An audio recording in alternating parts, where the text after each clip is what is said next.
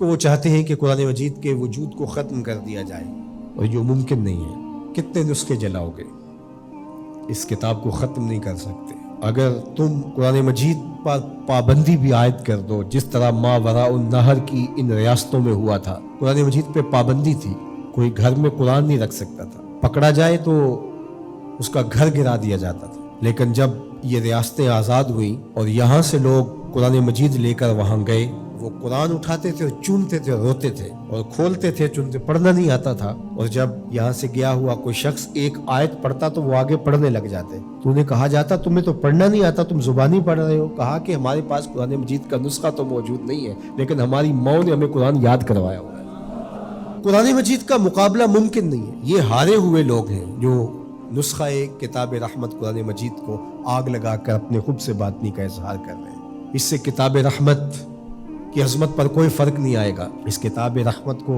کائنات سے محو نہیں کیا جا سکتا، سینوں سے، دلوں سے، دماغوں سے، روحوں سے۔ اور اللہ تعالیٰ نے قرآن مجید کی حفاظت کا جو ذمہ اپنے ذمہ کرم پہ لیا ہوا ہے، کس طرح اس کتاب کو محو کیا جا سکتا ہے، اس کو مٹایا جا سکتا ہے۔ یہ ہدایت کا سرچشمہ، یہ نور و نکہت کا روشن حوالہ، یہ اجالوں کا نقیب، یہ منور اور تابہ کتاب۔ میں یہ بھی سوچتا ہوں کہ لوگ لوگوں سے ڈرتے ہیں۔ یہ کیسی قوم ہے جو کتاب سے ڈرتی ہے؟ تو کچھ ہے نا کتاب میں، جس وجہ سے یہ ایک کتاب سے ڈر رہے ہیں۔ اقبال نے کہا تھا آ کتاب زندہ قرآن حکیم، حکمت او لا یزال است قدیم۔ یہ زندہ کتاب ہے۔ آپ اگر مجھے معافی دیں، یہ امت تو مردہ ہو سکتی ہے لیکن کتاب مردہ نہیں ہو سکتی۔ اس وقت امت مردہ ہے، مردہ زائن از بطون امہات۔ اقبال نے تو یہاں کہا تھا کہ آگے جو پیدا بھی ہو رہے ہیں وہ بھی مردہ پیدا ہو رہے ہیں ماؤں کے پیٹوں سے۔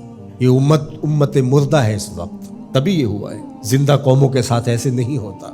لیکن کتاب مردہ نہیں ہے، کتاب زندہ ہے۔ ہمارے اندر اگر زندگی کی کہیں کوئی رمق موجود ہے تو وہ اس کتاب کی وجہ سے یا زندہ رسول کی وجہ سے، ورنہ ہم اپنا وجود ختم کر چکے ہوتے۔ یہ کتاب ہمیں مرنے نہیں دیتی، اس نے ہمیں زندہ رکھا ہوا ہے۔ پوری دنیا کفر کو اس کتاب نے سیخ پا کر دیا، اور یہ اپنے پارلیمنٹ کے اندر ہاتھ میں اٹھا کہتے ہیں اس کتاب کے ہوتے ہوئے مسلمانوں کو نہیں مٹا سکتے۔ تو اس کا مطلب یہ ہوا کہ تم مسلمانوں کو مٹا نہیں سکتے، چونکہ اس کتاب کی حفاظت اللہ نے اپنے ذمہ کرم پہ لی ہوئی ہے۔ اس کتاب کو تم مٹا نہیں سکتے، اللہ مٹنے نہیں دے گا۔ تو جب اس کتاب کو تم نہیں مٹا سکتے تو اسلام کو بھی نہیں مٹا سکتے۔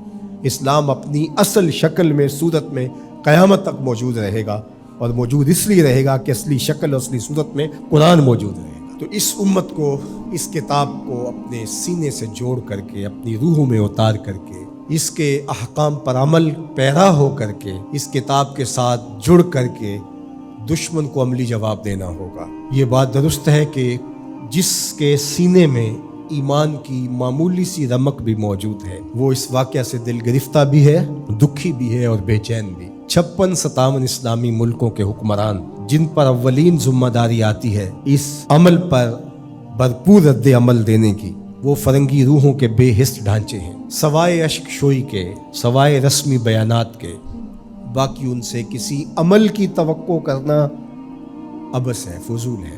اس وقت عالم کفر جس طرح متحد ہے، عالم اسلام اس ایجنڈے پہ متحد نہیں ہے۔ یہ واقعات امت کو دوبارہ کھڑا کرنے کے لیے کافی تھے۔ جب 2006-07 میں جب یہ تسلسل کے ساتھ سب سے پہلے باقاعدہ ہوا تھا، ویسے تو یہ عرصہ دراز سے یہ سلسلے چل رہے ہیں، تو اس وقت میں بڑا پر امید تھا۔ جس طرح لوگ ایک دم سڑکوں پہ نکل آئے، مجھے لگتا تھا کہ جو اقبال نے کہا تھا مسلمان کو مسلمان کر دیا طوفان مغرب نے، تلاتم ہائے دریا ہی سے ہے گوہر کی سیرابی، کہ طوفان مغرب نے مسلمان کو مسلمان کر دیا ہے۔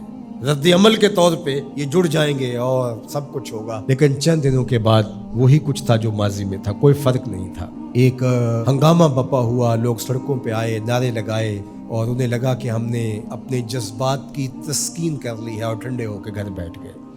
ہمیشہ ہوتا یہی ہے، جس طرح وہ کسی کو صدمہ پہنچے تو لوگ کہتے ہیں اس کو ذرا کھل کے رو لینے دو، کھل کے رو لے گا تو صدمے کی شدت کم ہو جائے گی، تو ہم کہتے ہیں ہمیں احتجاج کر لینے دو، اس کے بعد ہم پھر اسی جگہ پہ آ جاتے ہیں جہاں سے چلے ہوتے ہیں۔ اور دشمن بعض اوقات تو ہمارے رویوں سے اس کو وہ خوشی ملتی ہے جو اس کی توقع میں بھی نہیں ہوتی۔ بسا اوقات مختلف بلاد اسلامیہ کے اندر بالخصوص ارض وطن میں ایسا ہوتا ہے کہ دشمن اہانت رسول کرتا ہے، قرآن مجید کے نسخہ نور کو آگ لگاتا ہے، اور ہم رد عمل کے طور پہ اپنے ہی ملک کے لوگوں کے املاک کو جلا رہے ہوتے ہیں اور گاڑیاں جلا رہے ہوتے ہیں اور ایک دوسرے کو نقصان پہنچا رہے ہوتے ہیں۔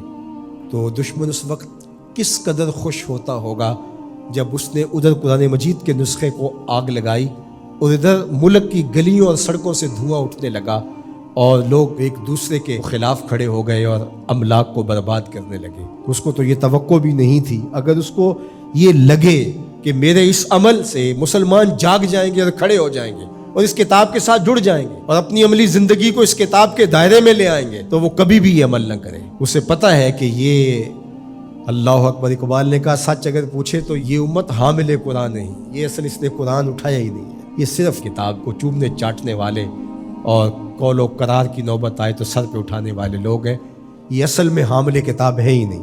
ہمیں اجتماعی توبہ کرنی ہوگی، اللہ سے معافی مانگنا ہوگی۔